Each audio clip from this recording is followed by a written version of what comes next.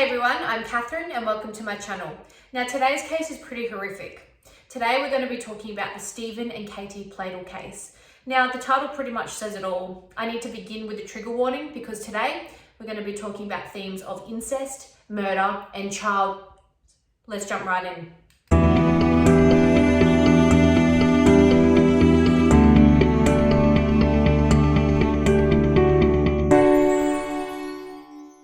This case is pretty well known because it involves 42-year-old Steven Pladl and his affair with his 18-year-old daughter, Katie Pladl.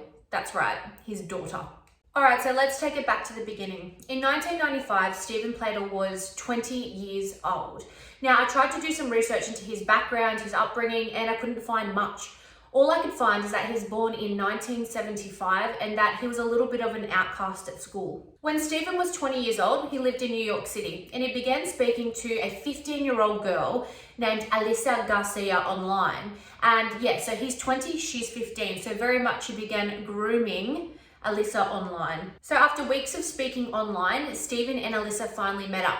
They started seeing each other for 2 years before Alyssa fell pregnant in 1998 with their first child. So when Alyssa was 17 years old, she gave birth to their first child, who was a little baby girl, and they decided to call her Denise. Now, I couldn't find the date, but at some point in time, Alyssa, Steven, and Denise moved in together and they were living in Virginia. So Alyssa reports that Steven was always quick to anger. He was aggressive and an angry man. But after the birth of their child, his behavior became worse. So Alyssa reported that she observed Steven to start abusing Denise. So examples were that she saw Steven pinch Denise all over her body really hard. And as a consequence of the pinching, Denise had bruises all over her body and she was like a little baby at this time. Another thing that Alyssa said that Steven used to do was when Denise was crying a lot, he got really angry and really frustrated and couldn't cope with the crying. So he would get a cooler, like an esky type of thing, open it up, put the baby in the esky, put the lid on, wait until the oxygen was almost all gone and the baby stopped crying, and then he would open the lid up and get the baby out. And so this is an example of Steven's behavior, his abusive behavior. Now, Alyssa reports that she felt too scared to leave Steven, as many victims of family types of violence do in these circumstances. She says that Steven did worse things to Denise, but she hasn't reported those things publicly. But I mean, what can be worse than putting a baby in an esky and waiting until the oxygen's out? If he did worse things than that, I mean, the stories, I can only imagine how horrific they are.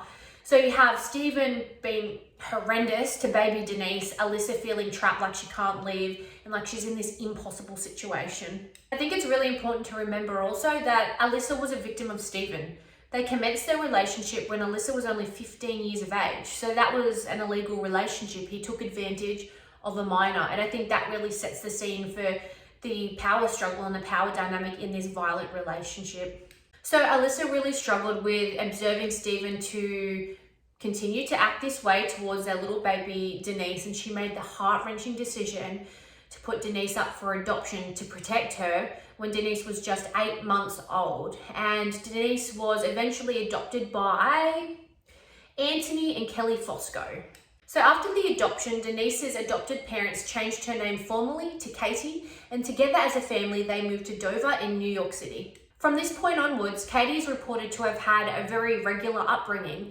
Her adopted uncle said that she was nicknamed Pac-Man because she wouldn't stop eating. He said that she loved animals and she loved art and she was very creative and artistic. So she had a good upbringing and a normal upbringing. So Katie was also reported to have a very normal teenage years, so normal adolescence. She had many friends, she was a cheerleader, and she told everyone that when she finished school, she intended to study art at college. Apparently, when Katie found out that she was adopted, it wasn't a huge deal to her. She was okay with the news. Now, looking back at Alyssa and Steven 10 years after Katie's birth or Denise's birth, not much is known. Apparently 10 years later though, Alyssa started feeling like they were more mature and that it might be time for them to have another child together. So around 10 years after Alyssa and Steven gave Katie up for adoption, they decided to have more children. They end up having 2 more baby girls. Now, Alyssa says that it made the relationship much worse. Apparently Steven became angrier, more aggressive, and could not deal with having the babies around. She says that he continued to be quick to anger, and it was often and common that he would get so angry and frustrated that he would punch holes in the walls and yell at everyone. She said it was a very horrible and toxic environment. So Alyssa reports that Steven really struggled to hold a job, and apparently she was the one who also was the primary carer of the children, but also was the primary financial contributor, and she had to go to work because Steven could not hold a position down. All right, so let's take it to the point where Katie is now 18 years old. She knows she's adopted, and she actually searches and finds Alyssa and Steven on Facebook. Now, she's so excited to see that she has two sisters, and she's very excited to arrange a meeting between she and her biological family. Now, the strange thing is, Katie doesn't just go for a visit or a holiday. She makes the decision that she's not going to go to college anymore. She's going to pack up her bags as an 18-year-old and just go and move in with her biological family when she's 18. So she says, I'm not going to go to college anymore. I'm just going to go and live with my biological family and see how that turns out. So she travels all the way from New York to go and live with them in Virginia. At this time, Katie's little sisters are aged 11 and aged 6, and they are so excited to have their big, cool older sister come and live with them. So apparently Katie gets along with her two little sisters so well, in addition to Alyssa so well right off the bat. However, everyone says that Steven was really, really weird as soon as he saw her. Now, Steven shaved his beard, he went out and bought a new wardrobe, he started wearing skinny jeans, and apparently he started to dress much younger and tried to copy Katie's style almost. Now, Alyssa says that he was very clingy and he didn't leave her side. He was always wanting to spend time with Katie, which she found was a little bit bizarre. At this time, Steven, is 42 and Katie is 18. And you have to remember that Alyssa and Steven met when she was 15, so she knows what Steven's like around children. However, of course, she's not thinking anything, it's her daughter, but she's just a little bit put off by his behavior towards Katie at this stage. Alyssa finds it appropriate for her to tell her what Steven did to her when she was a baby. So in response to him being super clingy, she thinks it's important that she knows what it was actually like and why she was put up for adoption. Now, she tells Katie about what Steven used to do to her, like putting her in the cooler, the bruising, and the other stuff. And she says that Katie was okay with it. She wasn't angry, she wasn't upset, she kind of just shrugged it off like, okay, all right. Didn't have an emotional response to learning that as a baby, her father, Alyssa says that after she told Katie about what happened to her as a baby, she actually observed Katie and Steven to get closer and their bond to grow stronger. Alyssa says that Steven began sleeping in Katie's room on the floor. Now, that's just bizarre. You've got a 42-year-old man who is a father sleeping on the floor of his 18-year-old daughter who he doesn't know, sleeping on the floor of her bedroom. That is just absolutely bizarre. If I was Alyssa at that stage, red flags would have been going off. Alyssa says that as Katie and Steven's relationship grew stronger, Alyssa and Steven's relationship, their marriage, fell apart. In November of 2016, Alyssa filed for divorce, and after her and Steven separated, she and the two younger girls moved out into a different house, and Katie decided to stay living with her father, Steven. So the reports are that as soon as Alyssa and the two younger girls moved out, Katie and Steven's relationship became sexual. Apparently, as soon as Alyssa moved out, they became a full couple. So Katie started sleeping in his bed, and they were just a regular couple. At this time though, Alyssa didn't know what was going on. It was hidden. It was this big secret. And so she kept sending the two younger girls to spend time with Steven and Katie, thinking you're going to spend time, the agreed time with your dad and your sister, which is important. So at this time, Alyssa had no idea that Steven and Katie had commenced a sexual, full-on boyfriend-girlfriend relationship. Can you imagine how confusing and how traumatizing this would have been for the two younger girls? They just get to know their sister, and now their sister is sleeping in a bed with Steven. So when they go to Steven's house, apparently Steven says, do not tell anyone about this. You need to call Katie your stepmom now. She's now your stepmom. We're in a relationship, but you can't tell anyone this because if you do, people will bully you. They will pick on you. So that is what Steven says to the younger girls. He basically says, in this house, your sister She's your stepmom. You treat her like your stepmom and you keep this a secret. This is our little secret. I mean, so for 6 months, Alyssa keeps sending the 2 younger girls, having no idea what's going on. The 2 younger girls are living with mum, like Alyssa, keeping this big secret from her because they don't want to get in trouble off dad, who they're scared of. They're at their dad's house, calling their sister their stepmom and observing their dad to be in a sexual romantic relationship with their sister. So this situation apparently goes on for 6 months. Now the eldest child, so she's aged 11 and she writes a diary, and apparently for whatever reason, Alyssa, mum, decided to read the 11-year-old's diary, and what she found was absolutely horrific. So in the diary, the 11-year-old wrote, "My dad is Satan. Katie is pregnant. Did dad make Katie pregnant? Dad says she is my stepmom and I am her daughter now. But am I her daughter or her sister? I love Katie, but I am confused. My dad is a slut. If he's Satan and Katie is human, then their baby will be half demon." She also said, "He, as in her dad, will go to hell, but he won't be the one being tortured. He will be the one torturing people." So after reading the diary, it's not surprising that Alyssa lost it. She calls Steven straight away and she confronts him about what she found in the diary. Now, you'd think that half of you would be thinking, this is so hectic that it can't be true. But apparently, Steven responded, quote, "I thought you knew. We are in love." End quote. So Alyssa responds, "She's a child. She's your child." And Steven's like, "Yep, we're in love. This is it. This is happening. You know, take it or leave it." So Alyssa calls the police and she files a report because, of course, incest, that is illegal. So apparently the police did basically nothing. They spoke to the 2 younger daughters. They didn't speak to Katie and they didn't speak to Steven. So nothing. It's a full crime, and they basically did nothing after Alyssa got up the courage to report this. So apparently incest is illegal in all states in America other than Rhode Island and New Jersey. However, in both of those states, both parties still have to be of age. So the fact that the police did nothing to intervene or to protect Katie made Alyssa terrified. So apparently, you're aware, so Steven is a very aggressive, argumentative type of character, and Alyssa said that he had a significant gun collection. And Alyssa said as soon as she made the report to the police that every day she was so nervous that she was going to pull up to an intersection and Steven was going to be there and take her out in response to her making the report to police. Apparently after work every single day, she felt so scared to go into the car park by herself that she started asking security at work to escort her to her car. So Alyssa was dealing with terrible depression and anxiety after making the report to police, the police not being proactive, not doing anything, and Steven, you know, with his hostile and aggressive behavior and his gun collection, just living on the street. Now at this point in time, Katie's 18 and she's pregnant with her father's child. So on the 20th of July of 2017, Katie and Steven decide it's time to get married.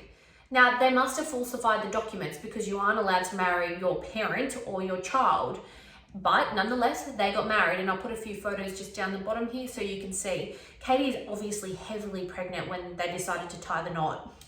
I also find it so concerning that they had guests. Steven's mother came to the wedding and so did Katie's adopted parents. I mean, I just can't understand how people are supporting this relationship happening. That baffles me. I'll never understand why they went to support these two getting married. So in 2017, after Steven and Katie got married together, they moved to North Carolina. And soon after, they gave birth to their little baby boy, who they decided to name Bennett. Now, Bennett doesn't appear to have any genetic issues or any birth issues as a result of the incest. And I'll pop a little photo of Bennett down here. But to be clear, Katie has just given birth to her son, who is also her brother. Steven has just given birth to his son, who is also his grandson. So there is a theory that might explain what's happened between Steven and Katie. And so there is a theory called genetic sexual attraction. Now this it describes an overwhelming sexual attraction that can develop between close relatives, when they first meet as an adult. So perhaps Steven and Katie had this because they only met each other briefly when Katie was Denise and when she was a newborn, and this might explain what's happened. I mean, I certainly can't understand it, but apparently there are other cases like this out there where people have met as adults and this theory has applied. So it wasn't until January of 2018 that Katie and Steven were arrested, 8 months after Katie was pregnant. The police administered a DNA test to make sure that Katie and Steven were definitely related. They were, and they were both facing 10 years in jail as a result of the incest relationship. Steven's lawyer's defense was interesting. He basically made the case that Steven was a 42-year-old man struggling in his relationship with his wife, and this beautiful 18-year-old came to live at their house and he was just tempted. It was, you know, a beautiful 18-year-old comes and they get along so well and he was tempted, and that was that. He seemed to forget that the beautiful 18-year-old was his daughter. Steven's lawyer said that he and Katie had an instant bond and that they fell in love straight away. Again, it's his daughter. So what I found weird was that Steven actually made bond before Katie. Now, Steven was released into the community. He was to live with his mother, and there was no restrictions put on him having contact with Bennett. Now, Bennett was taken away from Katie and her family, and Bennett was placed with Steven's mum, which I find bizarre. I think that what should have happened is, in this circumstance, Katie should have made bail first, whatever she didn't. But I feel like the better placement for Bennett was probably going to be with Katie and her adopted family rather than Steven and his mother. The reason I say this is because the police were made aware by Alyssa of Steven's predatory behaviour, his violent behaviour, his delinquent behaviour. And so in my view, there are some risk factors regarding Steven as an individual that impact his capacity to be a parent. You have to remember that some of the reports included that he was pinching and kissing Denise, Katie, when she was a newborn. So part of his bond conditions were that he was not allowed to have any contact with Katie. Now, Katie was finally released, and she was released into the care of her adopted parents in New York City. So this is when Steven and Katie started to make the headlines, and this case really, it became very hectic and popular in the media, and people were just so shocked and disturbed about what was happening in this case. Now, Katie then calls Steven, and she says to him, "We need to end the relationship. I wish I never met you. I don't want to be with you," etc. So she fully ends the relationship with Steven. Steven did not take the breakup well. On the 11th of April of 2018, he says to his mother, "I'm going to take Bennett to go and visit Katie in New York City." And his mother just lets him leave with the baby and says, "Yep, that's okay." Steven takes Bennett to his house in North Carolina and he strangles him to death. He leaves Bennett's body in a cupboard in his house. He gets in his car and he starts to drive to New York City to see Katie. So Steven and he waited at the front of Katie's house and he just watched them for a while. Now, he knew what day she and her family went to visit her grandmother, and he was outside waiting. So Katie left her house with her adopted father to go and visit her grandmother, and Steven followed her. Now, there's actually CCTV footage and you can see her driving in the car and Steven behind. So Katie and the adopted father pull up at an intersection.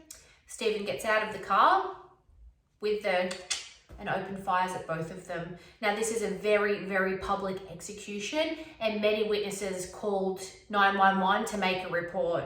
As soon as the shots are finished, Steven calls his mother and he tells his mother what he did to his son and grandson Bennett, and what he'd just done to his daughter/wife Katie and her adopted father. His mother absolutely freaks out and she calls the police to let them know what's happened. 911, for the emergency. Yes, my son just called me, and he told me he killed his baby, and he's in the house. Okay, you said that he told you he killed his baby? Okay. His wife broke up with him. He told me, she's in New York, and he told me he was on his way. He called me last night and said he's on his way. He's going to bring the baby to her, and then he's coming back. And he just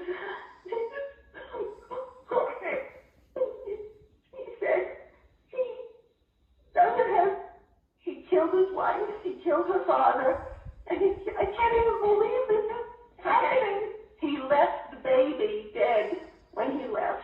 Okay, where did he leave the baby? Okay, he said it was in the...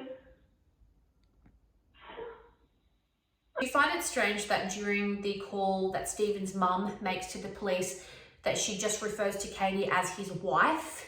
To me, it seems like so many of the family members just accepted that it was a husband and wife relationship. It seems like so many people let them down at every stage where people could have intervened. I mean, he calls Katie the wife, not the daughter. So the police attended the scene soon after they received the 911 calls, and they say that they found Steven's vehicle about 5 miles up the road from the intersection, and that he had committed suicide. So he used the on himself as well. This case is hectic.